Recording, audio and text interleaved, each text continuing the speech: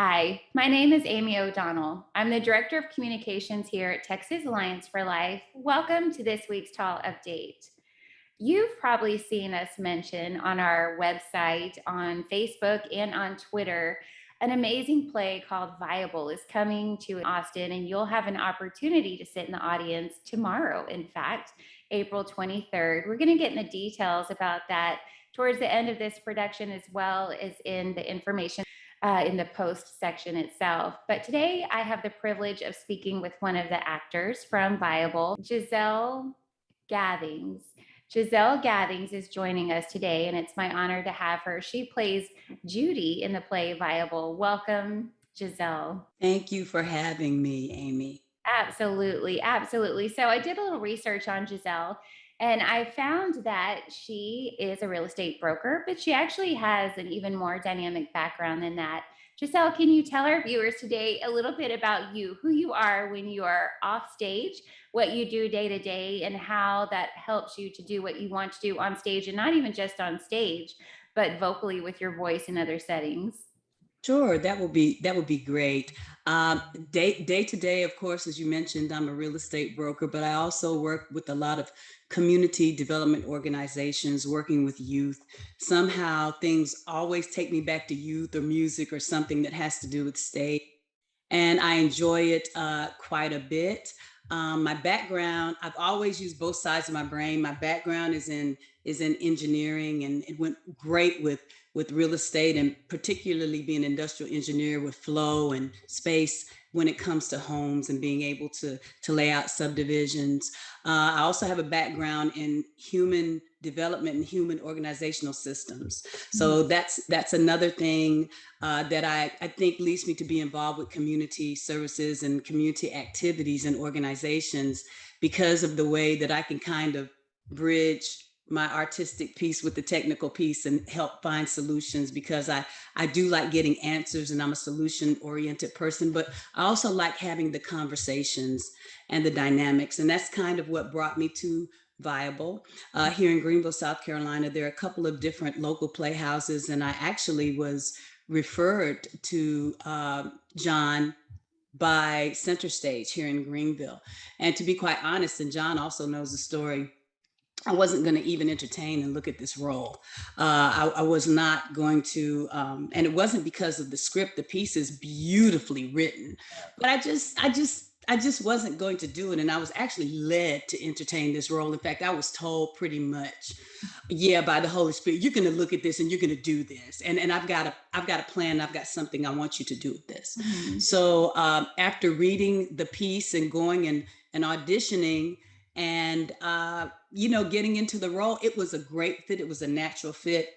I felt like Judy was good at that particular time in my life because I was coming off of going through some pain in my life, particularly going through a divorce. And that's why I also always tell people that pain is pain. There are different ways that we experience and go through things. And Bible actually helped me with my healing process and my thought process going through that as I got to know Judy and her character and how she managed and handled her pain and what it looked like for her.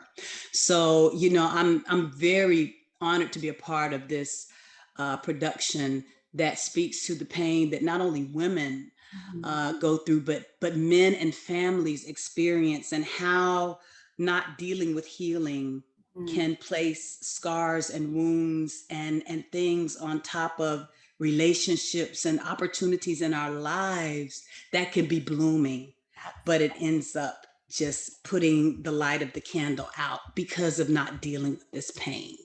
So true that dealing with pain leads us to freedom, and being free in our hearts allows us to have healthier relationships, to Yes. relate to the people around us differently. And I think that's portrayed so well and viable and in the way that the story unfolds, because you can see the history, the story leading up to the moment of the play happening, and then see the shift and the change and the transformation Mm-hmm, before your mm-hmm, very eyes in such a tangible way. And it is true that while not everybody may be able to relate to having an abortion, they probably know somebody who has, mm-hmm. but everybody can relate to pain. Pain is universal. And so I think that's a really good way to look at it. And to hear that it brought you to a measure of healing, I imagine was just an even more redemptive aspect that God had in mind for you. Absolutely, absolutely. And Judy, a lot of times we don't know what people are carrying Mhm. and the weight that they have taken on their shoulders by not acknowledging that's, grace and space are something always so beautiful to give people because a lot of times we don't know what's going on with them and what they're dealing with. And we don't get to know the real person until we're able to go underneath all the different layers Mhm. of what may be going on or what may be happening. We just don't know what space and place that the Lord may have for us in the lives of others. And being an instrument and being part of the healing process, no matter what that may be or what it might be from.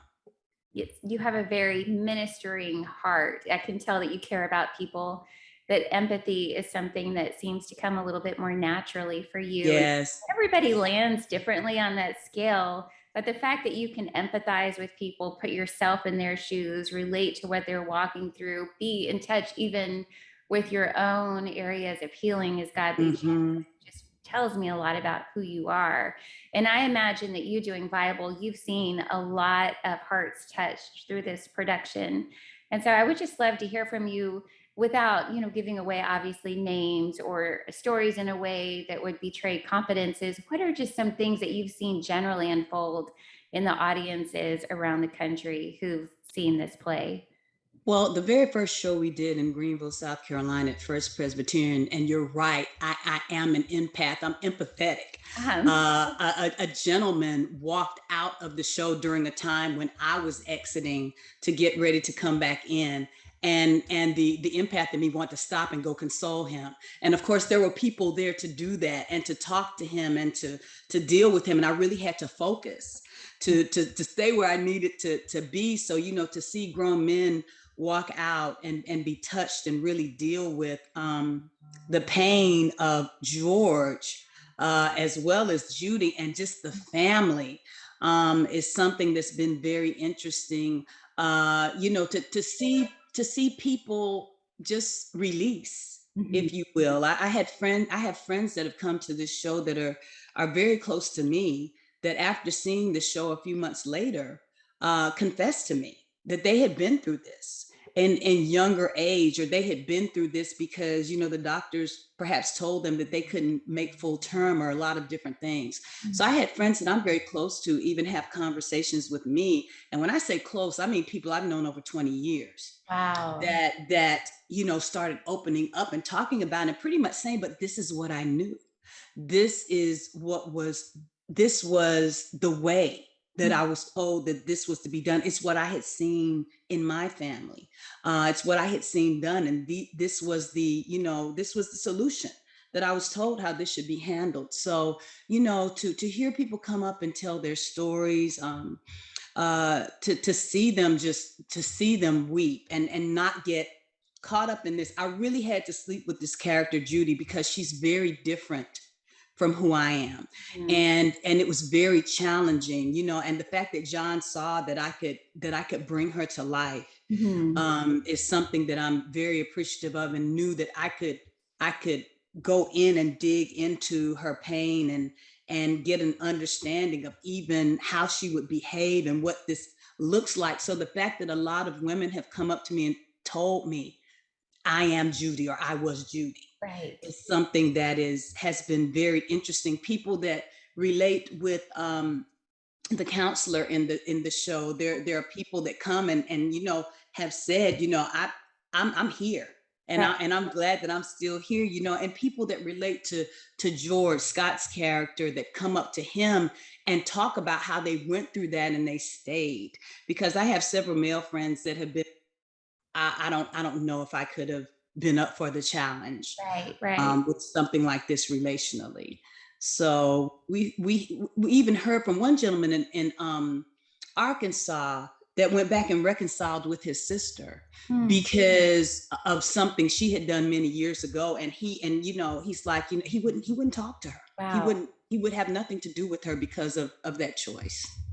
So it sounds like walls are coming down as Oh you yeah, yeah. are doing this. People who have kept this as a secret, afraid to share it, they're finding that Yes. they can share it and they can share it and find grace and find mercy and find healing. And we know whatever is brought out of the darkness into light loses its power. And so we know that whatever hold it has had on people as they feel comfortable sharing it 20 years, friends 20 years, and finally Oh yeah, telling you, that was amazing. I yeah, mean, I had no idea, and so it just goes to speak to the fact that the arts are a beautiful, confrontive, non-confrontive way uh-huh. to relate a story, to relate something, and people feel safe and Yes. they feel free in experiencing this, if you will, in their own. Even though they're in a space with other people, they're still in their own intimate space, Yes. and feel safe enough to be able to experience it and walk through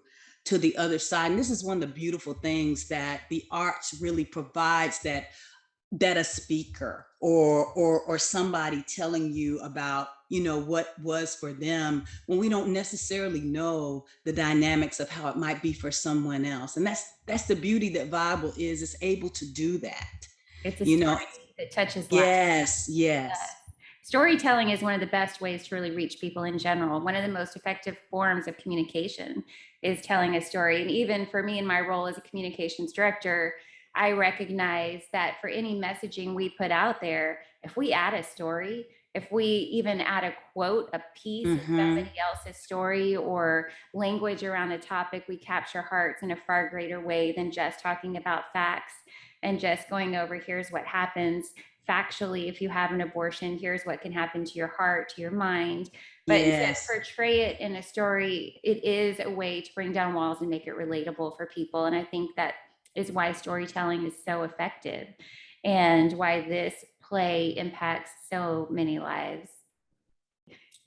Agree. I agree. I agree with you. It's a perfect vehicle, just like music, Mhm. and being a musician and understanding that. So I mean, it is a perfect vehicle, and again, it's confrontive and non-confrontive from the standpoint of the fact that there's no judgment, there's no condemnation. There's just a conversation, Right. um, with each some within yourself, and being able to speak out and share, and to know that you're not alone, that Right. there are other people with their stories that have been through things that want to support and be there for you. Absolutely.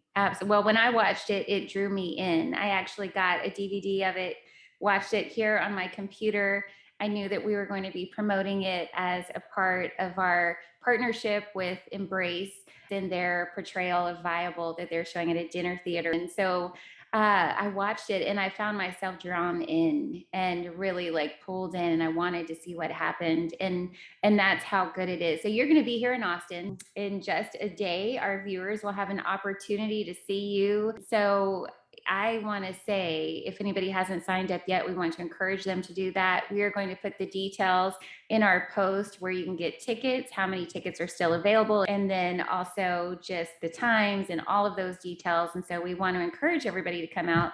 If you can't come out and watch it tomorrow, then we encourage you to watch it the next opportunity that it comes to our area. And I know it's been around the Austin area several times now at different churches and settings. Yes, I have family there. I'm so excited to Oh, be that's coming awesome. back. I love it. I love it. Well, I enjoyed talking with you today and just getting a glimpse of who you are. And I can tell that there's so much there. You're obviously brilliant, an industrial engineer, a Thank real estate broker, actor, you. singer, multi talented woman who has a heart for people. And God clearly wants to use all of that. So thank you for joining us today and for just giving your life to help others. And I really enjoyed my time with you. Oh, thank you. I enjoyed my time as well. Thank you for taking the time. And we're looking forward to see everyone, have everyone come out, and even being able to meet and get up close with some of the patrons following the show, and